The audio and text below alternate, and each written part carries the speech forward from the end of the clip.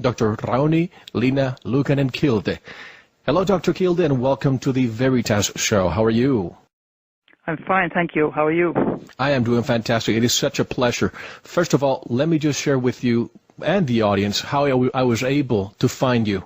Since most of our listeners know, we are an international show. And at our internet forum, we have people from all over the world. That is the beauty of being in contact with people from so many countries. All of a sudden, there are no borders, just one common goal, the truth.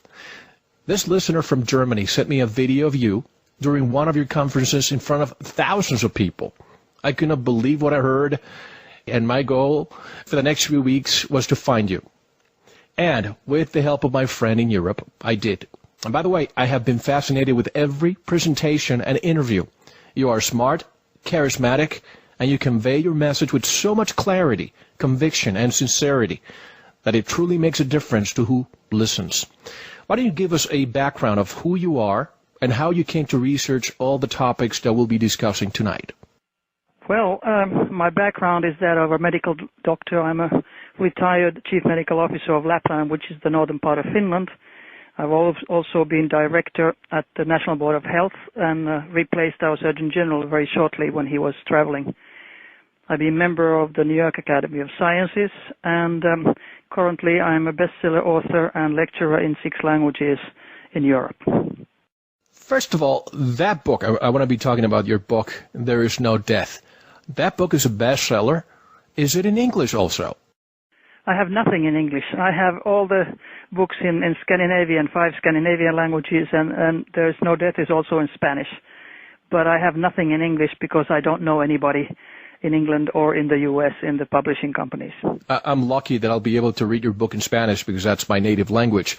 But I just can't understand why such great material is not available in the United States. So if I can help connecting you to a publisher, would you be interested? Because your material needs to be out. Excellent. Absolutely, because that's how the books came out in Scandinavia. Somebody always called me. I didn't do anything. I was just giving, lectures and interviews to usual papers, and somebody called and said, could we have it? I said, of course. So if somebody calls from the States, I'll say, yes, of course.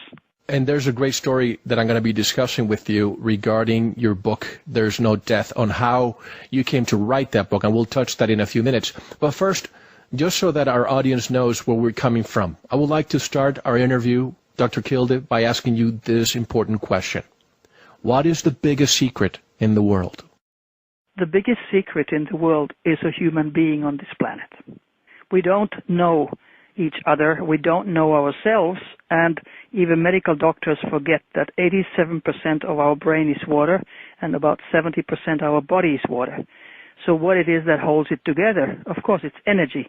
And according to Einstein, energy just changes form. It never disappears. Who we are and why we are here on this planet, that is the biggest secret for each of us. Now, of course, the title of our show is Mind Control. Can you define mind control? Well, yes. I didn't even know that the title was Mind Control, but I would say that the purpose of mind control is to disrupt memory, discredit people through aberrant behavior, alter sex patterns, eliminate information, create emotional balance sometimes too. It can be positive too, but it usually is only used negatively. And the goal for mind control is to program an individual to carry out a mission of espionage or assassination against his own will and against self-preservation. So it's a pretty big issue. And unfortunately, as far as I know, it's only used negatively. European Parliament even warned of dangers already in 1999 in January in a resolution on environment, security and foreign policy, stating all the possible abuses for mind control. And it was calling for an international convention introducing a global ban on all developments and deployments of weapons which might enable any form of manipulation of human beings. And the whole thing about mind control is the manipulation of human beings. And that can be done in many various ways. chemically also, but mostly now with electromagnetic fields, and also, of course, psychologically. And the results of victims of mind control are devastating, and they have been publicized in many, many countries, especially in internet. Now, who's behind, who has developed these mind control systems? Mostly the military and the secret services, especially in the United States and, of course, in Russia.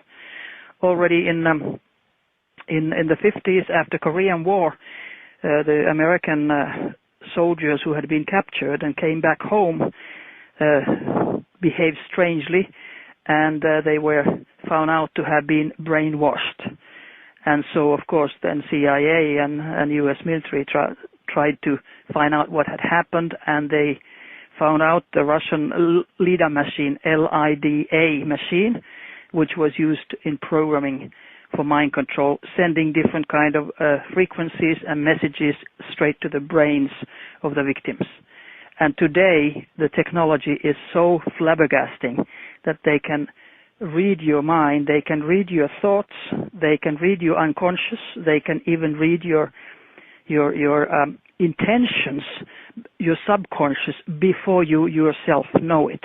And of course, these are thought signals that supercomputers like from NSA, National Security Agency, they turn them into words and sentences with extreme speed, something like 280 trillion floating points in a second.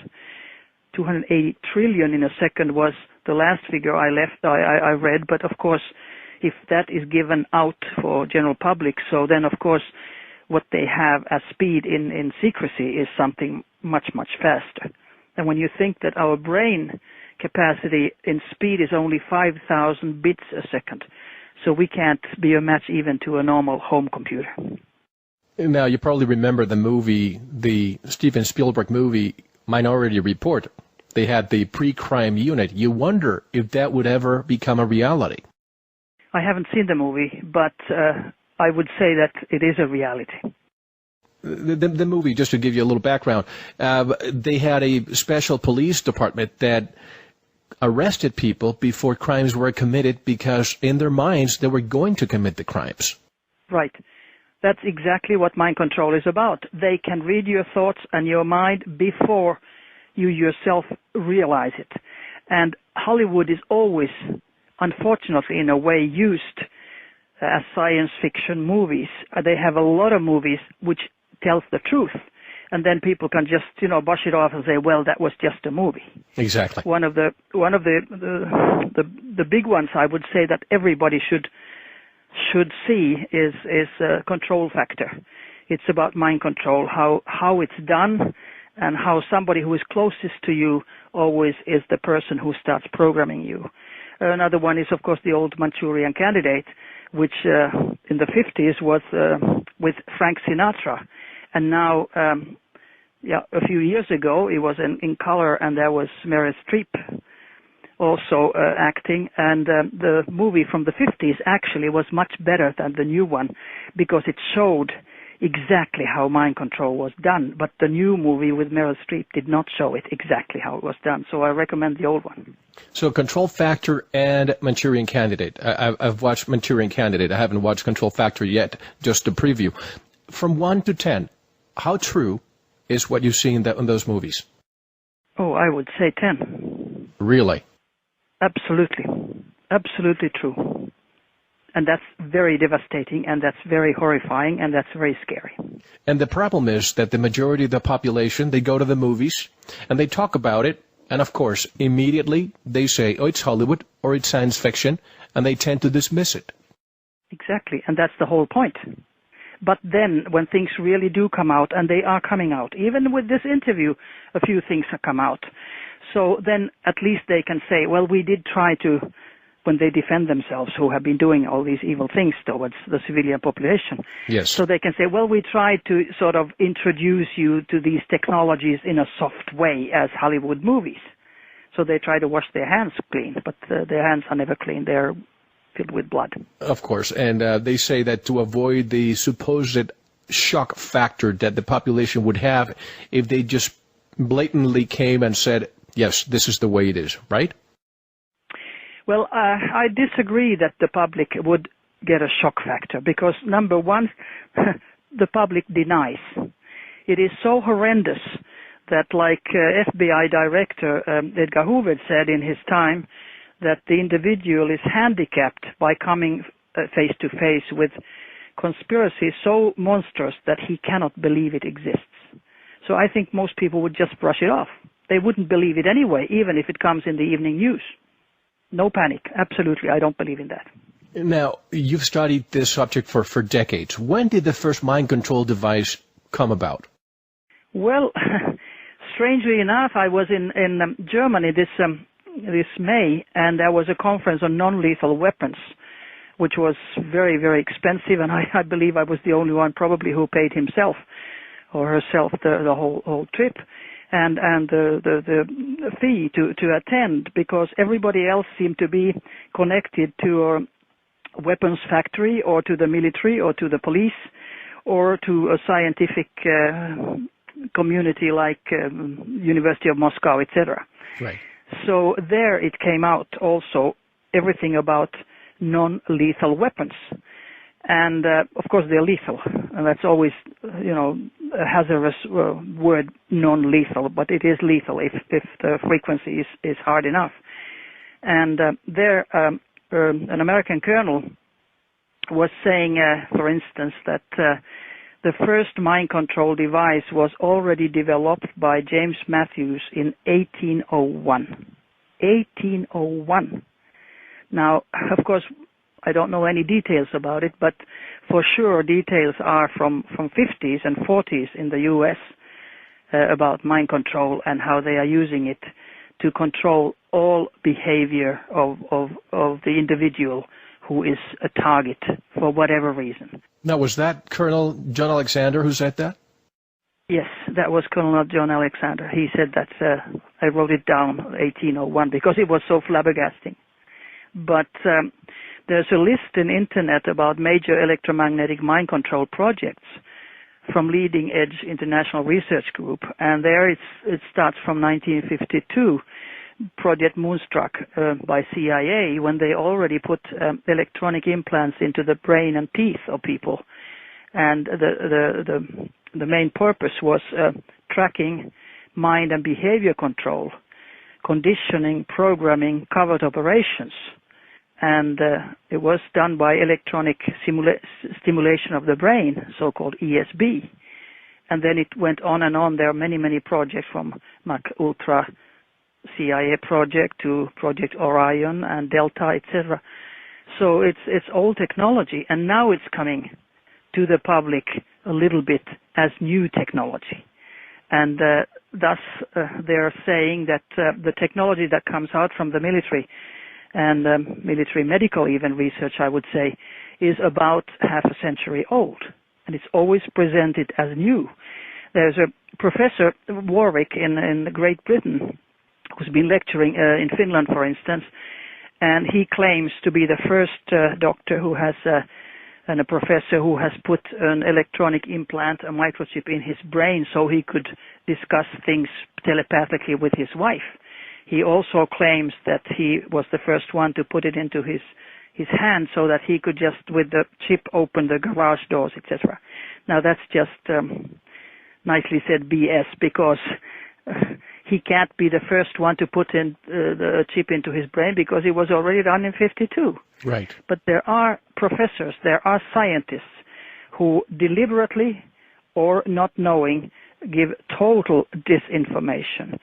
And again, if they are not knowingly so, then they don't know about the military research, which is always about 50 years.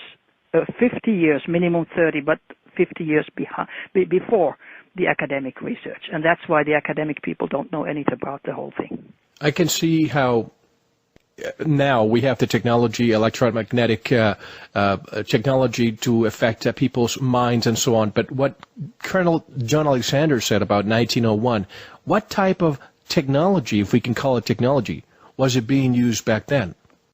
I don't know. He didn't say, but this 1801, which flabbergasted 18. Is it 1801 or 1901? 1801, he said that. I wrote it down. I didn't hear it, falsely or something. But I don't know the details. But the details are more publicized from the 50s, of course. Sure. When they could already read your thought signals, and in the 40s also. They had already, that was in the States, that already in the 1940s, Americans had created a machine which acted like a human brain. And now it's coming out like now we can maybe, simulate the functions of the human brain. Again, half a century old history, which is presented as new. Right. And I have come to the conclusion after listening to retired military personnel that the technology that we are aware of is always, as you said, 50 years behind, about half a century old, than what they're truly using. Why do you believe that they keep it? And I think obviously it's for national defense purposes. Is that correct? Yes, that's what they claim. But I think that's just a false claim. Because why should they not at least give the technology to the top scientists also in the academic field? The more people would, contribute when they would know. And when they say, oh, we're afraid of, maybe hysteria or panic or whatever, now that's just an excuse. Military always hides things, of course, and I do understand that there are reasons to hide, especially in the Cold War era when, Russians and Americans were sort of officially at least against each other. But unofficially, they've always been together and always will. I mean, we are being fooled as general public that CIA or KGB would be against each other. They work together, all secret services work together and help each other. And they are not, in my mind, loyal to their own country, but they are loyal to the other secret services. And that is flabbergasting, of course. But people who work in secret services, in my mind, have a special psyche because a normal person cannot be, in my mind, in the department of sabotage and terrorism and whatever what they have, torturing innocent people, killing innocent people, like British intelligence services kept their right to kill when the laws were changed a few years ago. So I don't understand that there are systems that operate this way, but of course that's just my private opinion.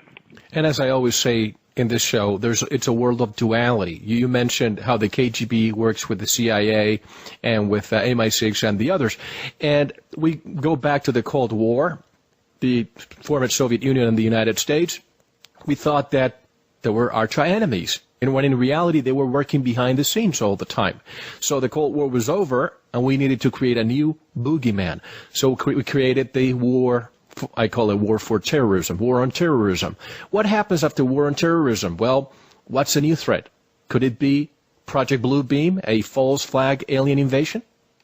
Yes, I think exactly both of them, because especially Americans, I don't know why just Americans, because of American ego maybe, they always need an enemy. And the enemy today is environment. I mean, all this history about CO2, it's not true. Yes. And there are hundreds of scientists who go against Al Gore and the UN organization, which got the Nobel Prize for this claiming, whatever they claimed, that the greenhouse effect, etc. And now the thing is, nobody said even a word about the reality of probably which causes all this melting of the ice and the bees are disappearing and whales are dying, etc. It's electromagnetic fields which have increased tremendously around the world. And even Obama is trying to, as president, saying that, we should sort of close down atom bombs and whatever. Well, they're local, even if the winds go around, but electromagnetic fields go around the world, the planet, and every single nation, every single country. That is the big threat. I think that's the biggest threat right now. And people have no idea, because people die of cancer, which increases, people die of Alzheimer's, which increases, and they don't even realize that the real reason for the extreme increase are electromagnetic fields, done deliberately also to cause diseases, so-called normal, diminished the world population. And the elite, if I can use that word, which steers the world, and it's not the governments. Governments are errand boys for the elite. So the elite says that, our planet is overpopulated and it needs reduction of the population dramatically, even by about 5 billion, when we are 6.9 billion today. So that, in my mind, is not true. The truth, in my mind, is that they are extremely afraid of the middle classes, which are increasing in numbers, and the middle class is a threat to the elite, not the working class. They call them, well, all of us, they call them cattle. We normal people are cattle for them. And the working class would not start a revolution, but the middle class could. And that's why they need to diminish as much as possible. And it's done, so that people don't realize, like the newest thing is now the swine flu vaccinations, which are toxic and which could kill a lot of people if they take them. And in the States, I just heard that, like in Massachusetts, it's going to be compulsory. Of course, in many other civilized nations, it's never compulsory. Finland made a change in laws, and I think they were very smart. They decided that the swine flu virus is not anymore listed in the list of contaminated dangerous diseases, and when it's not in that list, of course, nobody can force you to take a vaccination. Also here in Norway, I just read that the Folk Institute's director said that no, we have never even considered compulsory vaccination, but U.S. has other kinds of thoughts, and I'm very, very sorry for the American people who have to go through this, because it's going to be a catastrophe. And I say this all the time, and even in my circle of friends and family. And that's why I have a show, because this way I can actually speak the truth. But when you talk about global warming, which is to me a ploy to tax and control the world, when I tell people that other planets are getting warmer, and if there's supposedly no inhabitants in other planets, then why are they getting warmer? Second, swine flu. I've been covering swine flu ever since the alleged first case in Veracruz, Mexico. And it's just a ploy. When I tell people that in 1976 they tried it in the United States and it failed and many people died of Guillain-Barré, they still don't believe it.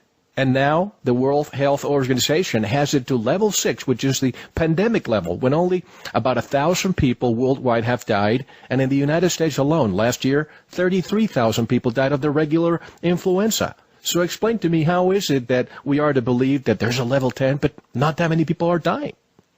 Well, unfortunately, WHO, like UN and NATO, are under control of whatever name you use. Some people use Illuminati, some say organization, some say the New World Order, whatever it is. Yes. In my mind, I have found out that the most of those people who are governing this planet, they are Zionists, and they want to have Jerusalem as the biggest city, or the most important city, the capital of the planet. Of the world, maybe they right. succeed, maybe they don't. I don't know. But anyway, WHO is a corrupt organization. I have myself been representative of Finland there in a couple of years for tropical medicine, and then I was sitting for months in every single meeting they ever had. I saw how they voted. For instance, I was asked by my government to say that Finland was interested to take part in a committee which was dealing with research of tropical medicine. And that was a surprise, because they had, I understood, from beforehand decided that France is going to go into that committee. But I had to, raise my hand and say that the government of Finland is asking for a place. So they had to vote. And I happened to be 1 meter from the voting when they put every country's name in a little piece of paper. And then one of those little pieces of paper was turned into a triangle. I saw it clearly.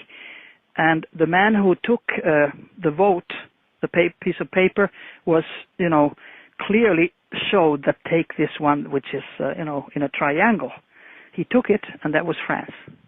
So, and then when Dr. Mahler was, he was Danish doctor, who was chief of WHO at that time, in the 70s.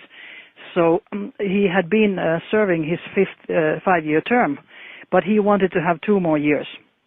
And then a Japanese candidate came up and wanted, the 5-year term. So they were, those two were against each other. And what happened with the voting? Before the voting, the Japanese went around and offered, and this is from diplomatic circles because my husband was a UN diplomat, and they talk, as you know, with each other. Sure. So especially third world countries and their ambassadors, representatives to WHO, were offered a Japanese new car. Everybody gets a Japanese new car if you vote for the Japanese. And the Japanese candidate won. So, I don't have big respect for the things they do, but I understand now that they are under New World Order control and they get an order and they have to obey. And that is very, very sad that some people from outside can steer big organizations who originally were created to be very good and think of the health of the whole planet and all the people. And of course, no pun intended, but Big Pharma wants a big financial shot in the arm. They're behind this, I presume. Absolutely. It's a billion dollar business, of course. Now, espionage and assassinations against your will are the 2 primordial purposes of mind control. Do you think presidential assassination, let's say President John F. Kennedy, his brother, the Pope, President Reagan, to name a few, were these assassins victims of mind control? I would think so. At least Sirhan I've read a lot of papers about him and his programming. Yes. And it was interesting that he said after he had fired, he said, "Did I do it?" Didn't remember. So it was clear to me after reading what had happened that he was totally mind controlled. And then when he was also killed, not to be able to talk. So, that shows something. That usually happens. It's very sad. It's the same thing that happens with the school shootings and the big store shootings when a young man usually just starts killing everybody who happens to be around and then kills himself. Now, in my mind, they are all mind control victims, those who shoot. And of course, their victims are also victims. And they always pick out young men who maybe have psychological problems before, and then they start beaming the frequency of hate. And when the frequency of hate is beamed at you for months or a couple of years even, there's nothing you can resist. You have to be a robot and you have to kill. And when you kill yourself, then they can't, ask questions about you. That's the Delta programming in the whole thing. It's very sad. It's very sad. I want to speak of Project Delta in a few minutes, but I wanted to ask you, mind control is used to manipulate the opinions of individuals, but can it also be accomplished in a mass scale, and if so, how? Oh, yeah, of course. It's just a frequency that they send. Now, in the last, I would say around 20 years, at least in Europe, I don't know in the States so much, but at least in Europe, they have changed the street lamps all over. They have changed them in old people's homes, at the yards. They have changed them at schoolyards. They have changed them at daycare centers for children, and they are able to send steer from remotely different frequencies. And if people would just look at the lamps, they would start thinking, why do they look different? And they are different than before. So they send a different frequency, and all those people who are around that area are affected. And the worst thing is, of course, they can do it through satellites, and there's nothing you can do to sort of protect yourself against satellites, right? How could we do that? In no way a normal person or a group of persons. I have and will do shows on electronics, chemtrails. We'll do one on HARP, chemicals. But I haven't heard one person put all these together, chemtrails, HARP, chemicals, to produce mind control. How do these work together? This is basically psychological warfare, isn't it? Of course it is. And we have chemtrails here in Norway very, very often. Chemtrails, of course, are often put into military planes or even passenger planes. I've seen a Lufthansa plane, a picture, which was distributing the white streaks, which is in powder form. They have titanium, aluminium, magnesium, etc. in this powder form. And since it's metal originally in powder, we breathe it in, and that way we can also be microchipped. Oh, you're talking about chemtrails. Chemtrails, yeah. Yes. Chemtrails from the skies. Operation Cloverleaf. When you're microchipped, then you are mind controlled. Right. So chemical trails can be adding to the mind control of the general population without their knowledge at all. And then that's one of the reasons why diseases like bronchitis, asthma, etc. have really increased, because you breathe it in. And people have no idea. Sometimes they look, oh, aren't they nice figures there, the figure X or something. And when I asked an expert, why are they always often in an X form, which they put the white strips in? So the answer was that so we can, through satellite pictures, see which areas are contaminated. So there's really a plan there. Last week we had a show on chemtrails. We had somebody who really got into the what, who, when, etc. of the chemtrails. And I mentioned to him that a lot of people these days, you can find them in a comatose, an indifferent way, where they're driving, they feel that their mind is foggy, not as before. A lot of multiple sclerosis, a lot of Alzheimer's, dementia, and aluminum causes all that, right? Yeah, right. Correct. It's done deliberately to destroy the population of the world, to get more money for Big Pharma, because when you're sick, of course, you need medicines and you need doctors, and so Big Pharma gets the money. Right. And then, of course, when it gets bad enough, you die. So the whole plan is to diminish the population with chemical means like chemtrails, with electronic means, electromagnetic weapons, non-lethal weapons, and then psychological warfare, which causes stress and ill feelings to people, so that they get stressed and then they get tired and maybe commit suicide or whatever. It's a plan of the devil's, I think, and people don't know about it. They just suffer and die, and they should know about it. As Henry Kissinger says, we're just simply useless eaters or useless containers. Exactly. Yeah, we're cattle. The powers that be sometimes don't lie about the fact they are using mind control during conflict areas, wars, and call it non-lethal weapons. But are they really non-lethal? No, they're lethal.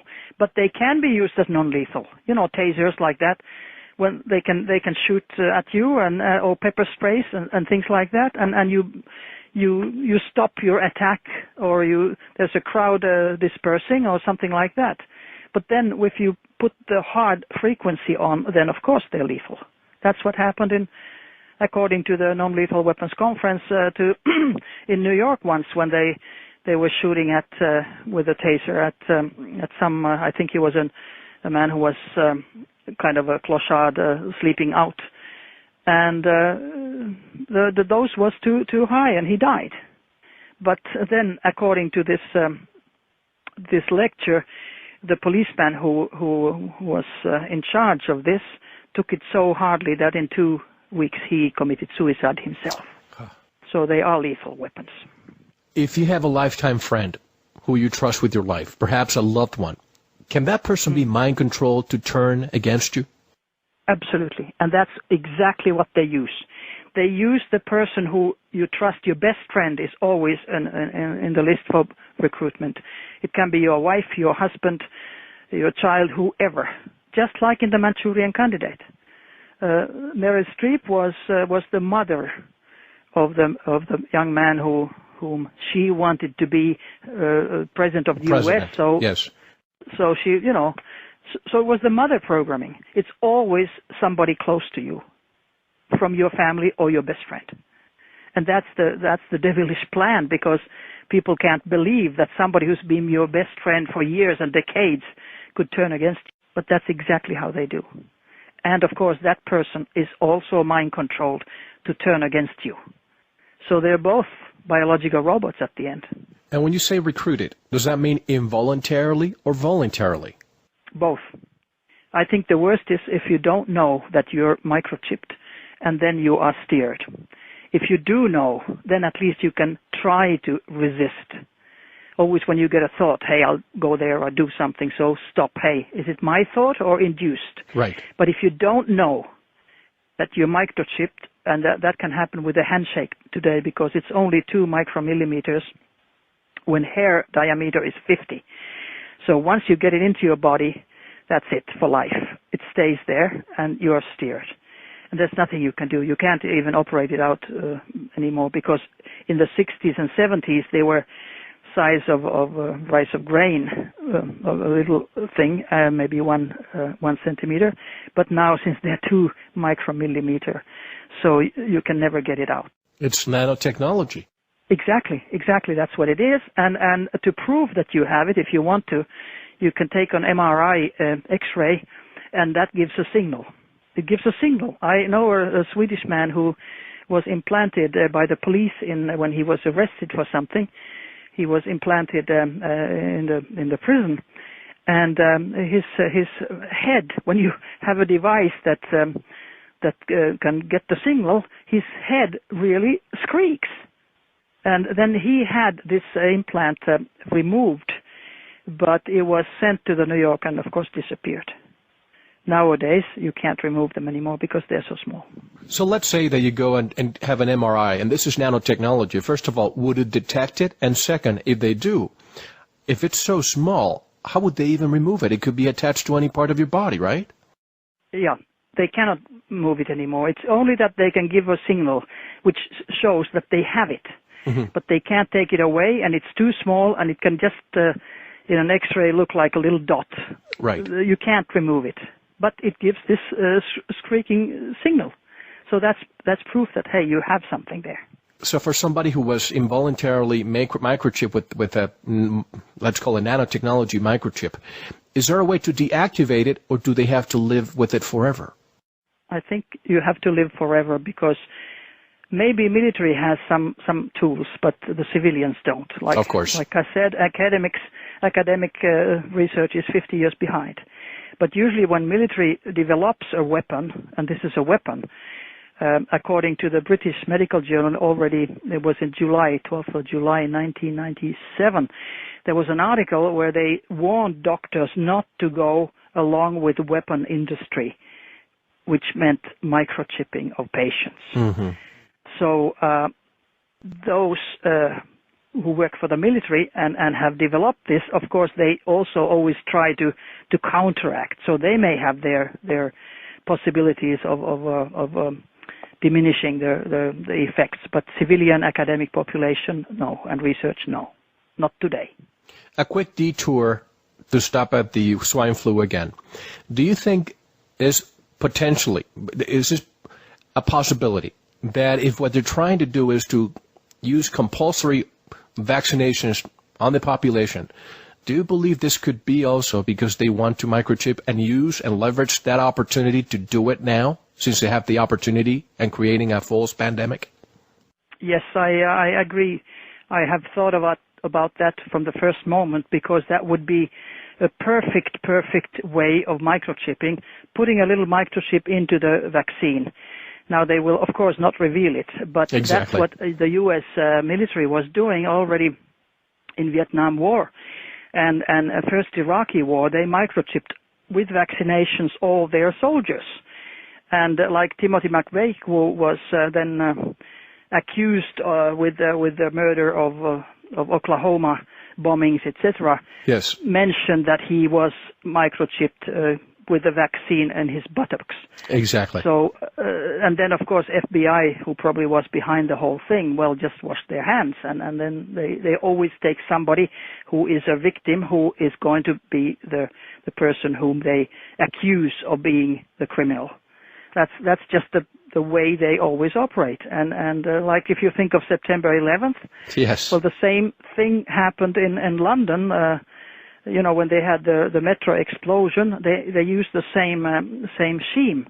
In September 11th, I read that Dick Cheney was conducting a military exercise, and in the military exercise at the same time that the real plane, if there was a plane or if it was just a remote controlled screen, something anyway. So people didn't know if this was an exercise or was it a real thing. And so same thing was in London Metro. Scotland Yard was putting out an exercise about explosion in the metro, and at the same time there was an explosion in the metro. So they always use it, like Pearl Harbor, the same kind of like some scheme. Since it works, they use it for years and years and years and years. And I think most people now already know that September 11th was an inside job, and even an ex-Italian president mentioned that it was CIA and Mossad who was behind it. That's pretty much said of a president of another country.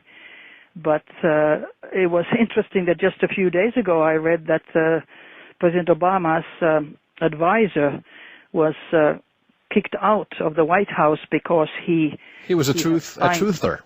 Yes, he had signed an appeal or something that it was an inside job. You see, just speaking about that person who resigned a few days ago, yeah, I can understand how he offended some people with what he said. However, I don't have a problem with the fact that he was a 9/11 truther. It's just that the powers that be don't want anybody close to the president questioning 9/11, period.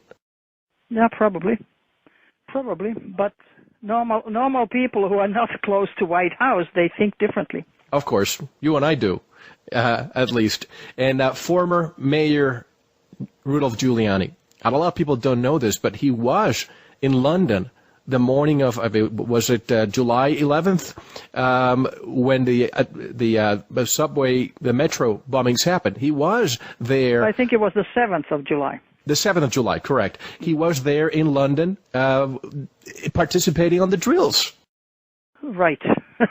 Well, of course.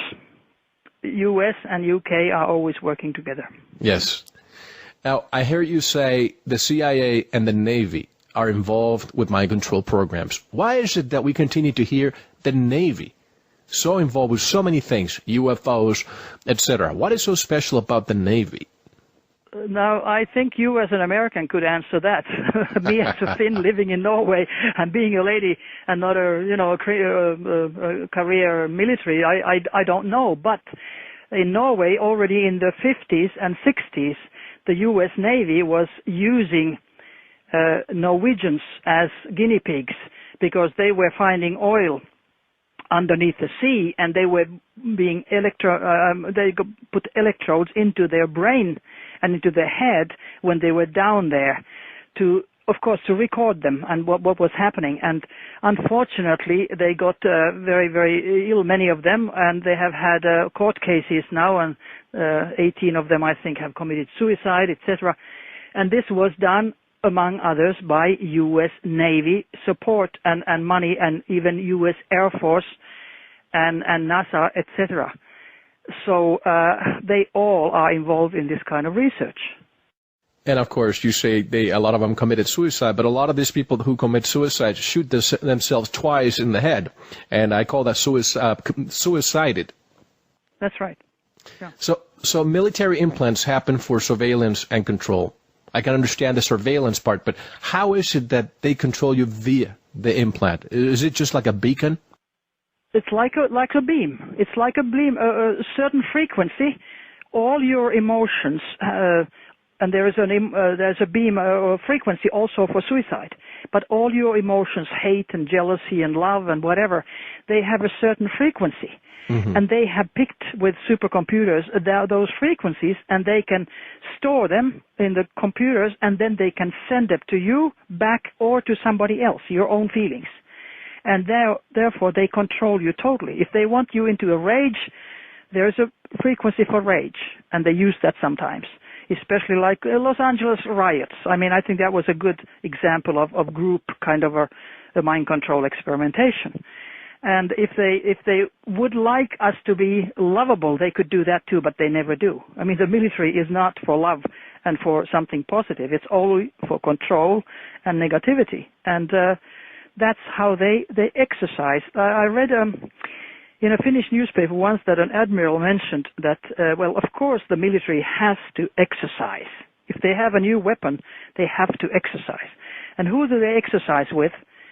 Well, from Norway, they can't go against Finland or Sweden or Russia, which are neighboring countries. They can go against their own population. And the same, of course, goes for the U.S. But the U.S. uses an awful lot people in Scandinavian countries because we are few people, around 5 million in Norway and Finland, and 9.5 in Sweden. So they are used as guinea pigs. It's easier to control. It's easier to use us. And we're used to obeying authorities much more, I think, than in the States, because at least in Finland we've been under Russian rule for a long time. And when the Tsar said something, well, everybody obeyed. And that's why WHO has been using us as guinea pigs for vaccinations. Because you're obedient. Yeah, because I remember when I was in office in Lapland, so we had a vaccination program because there was, again, some flu coming from an Asiatic country, and everybody got vaccinated.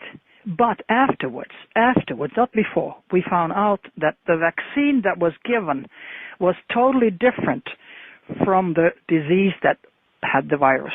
So we were just guinea pigs, and 90% did go and get their vaccine. And when somebody died, it was always explained away that, well, the little boy had a brain tumor already or something like that, because the true figures and statistics are not given to the public. It's only with the people working for the system.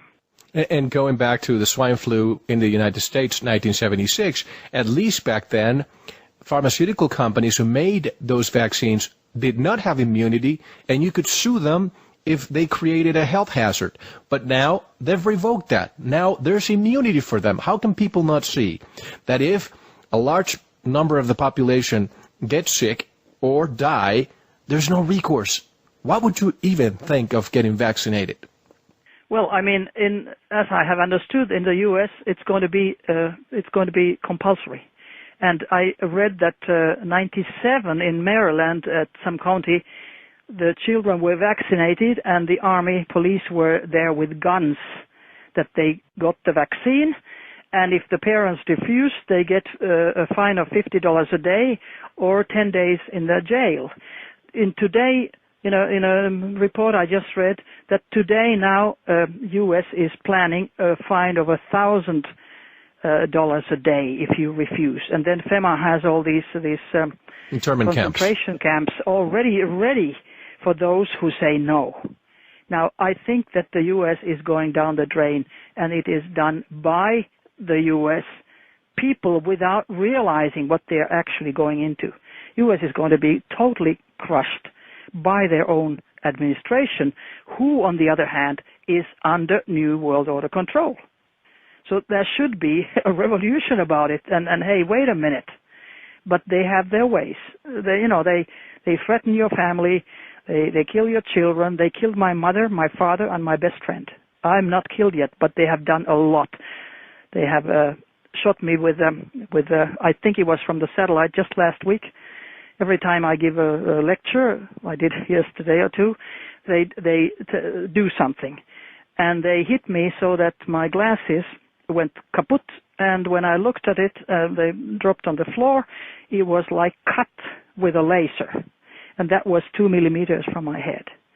Now, either if it had been meant that I would die, they could have done it, but I think this was just a warning, and it just shows the technology, which is incredible. They can hit you from a satellite with 1 millimeters, exact place.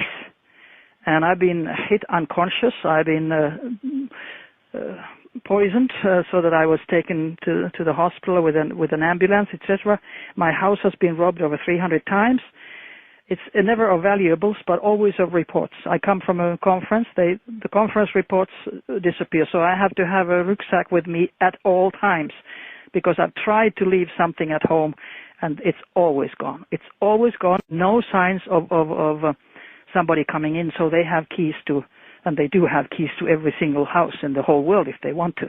And the police does nothing because the police protects them. And that is the worst. The corruption of the police, the corruption of the legal system is just a fact in all countries. Because those who govern, they own them. They own the mass media, they own the police, they own the juridical system and all that. Not all. There are always good men and women in police and the army and all that. They're always good, but they're always bad apples. And the bad apples have had the power, at least so far. And Dr. Kilda, we are so privileged to have you on today because you and I had spoken on the phone a couple of times and you share your story with me. You obviously have a mission and you will not die until that mission is complete. Now, a lot of people may think that we're fear-mongering. And folks, we're talking to a distinguished former chief medical officer of Finland. This is somebody who has researched this information. And sometimes in the United States, you don't get the news if you turn on your TV. You have to step outside. And I'm willing to bet that you get in Norway, where you reside now, more information about what's really transpiring in the United States than we do here. Am I correct? Absolutely correct. And that goes not only for the U.S., it goes to other countries too. You have to get outside the borders of your own country to find out news. The last news I just read today, it was an internet sent to me that Pentagon has forbidden soldiers who serve abroad to use internet. Now that was news to me. Huh. Because, of course, the soldiers who use internet abroad, they found out a lot of things that are not printed in the USA. Sure.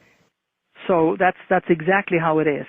And I think that the I think American ego is one of the reasons for this, because I was an American Field Service scholarship student when I was 16, 17 in Milwaukee, Wisconsin for my senior year in high school.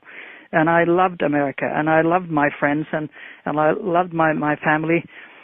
And I was just a few months ago in our 50th class reunion, which was great to see the people after 50 years. But I noticed something, that 51% of my classmates, and we were 140 or so, had and still live after 50 years in the Milwaukee area. 51%. Mm-hmm. And many of them had never been abroad. It was Midwest. And when I talked with them, you know, I was flabbergasted how little they knew about what their own country was doing abroad. I criticized, of course, you know, the wars that U.S. is doing in other countries, etc. And one lady said to me, well, why do they always ask for our help? And I said, come on. It's puppet governments that ask for help. It's not the people. And she couldn't understand it. Right. So you know, it's very, very much ignorance. And one of the reasons is, I think that, like I said, American ego. Americans go abroad and then they come to Finland, for instance, and then can say, oh, they didn't even speak English. I mean, you could go to another country. I expect everybody to speak your language. I speak 6 languages, but I would never come to the U.S. and say, well, they didn't speak Finnish. Right. But this is the way American, you know, education is that way. And it was worse in the 50s than now, but still it exists. Well, the whole dumbing us down strategy is working. And by the way, exactly. Compulsory vaccinations. And folks, I hope that this does not happen. Call me fearmonger if you'd like, but I've been ringing this bell ever since this started back in April, that more than likely the Level 6 World Health Organization is there for a reason. That allows the governments to issue emergencies, institute martial law, and give us compulsory vaccinations. The question that's in everybody's mind, and I've discussed it in the last 2 shows, Dr. Kilda, what happens if there's compulsory vaccinations and I say no when I have a gun pointing at me? Yeah, that happens in the U.S., I think. I don't think it's going to happen in Europe, at least not in Scandinavia. It's a problem. I think that they're going to take you to the famous concentration camps, And then they're going to vaccinate you anyway. That's what I'm saying. That's why I'm trying. This is a show that's listened to as of this month in 143 countries. I don't know how many in the United States, but I'm trying to ring the alarm so that more and more people are aware of it and they decline. Because if they criminalize this, if they make it a criminal offense and they say it's going to be $1,000 a day, hey, you might as well make it $10,000 a day and put us all in jail. How many jails are they going to have to, or prisons, or FEMA concentration camps are they going to have to build to put us all in? Oh, they have them already. They have 800 FEMA concentration camps in the United States. They have rails going there. They have, as I've heard, that they have even crematorios there already. So they are there just to open the doors and send people in. So they have them in the USA, but no place else. Right, right. And that's why U.S. is going down the drain. The whole country is going to be crushed. And I feel so sorry for American people. But it is the administration that does this. It's Nazi Germany. I don't understand how those people who are on the top, how can they allow it? Okay, maybe they're all mind controlled to do that. But if they're not, how can they allow that for national security or whatever reason they will kill 5 billion people with vaccination, with conventional warfare, with chemical warfare, with like chemical trails, and with electronic warfare? It doesn't go into my skull. It doesn't go, why do they do this?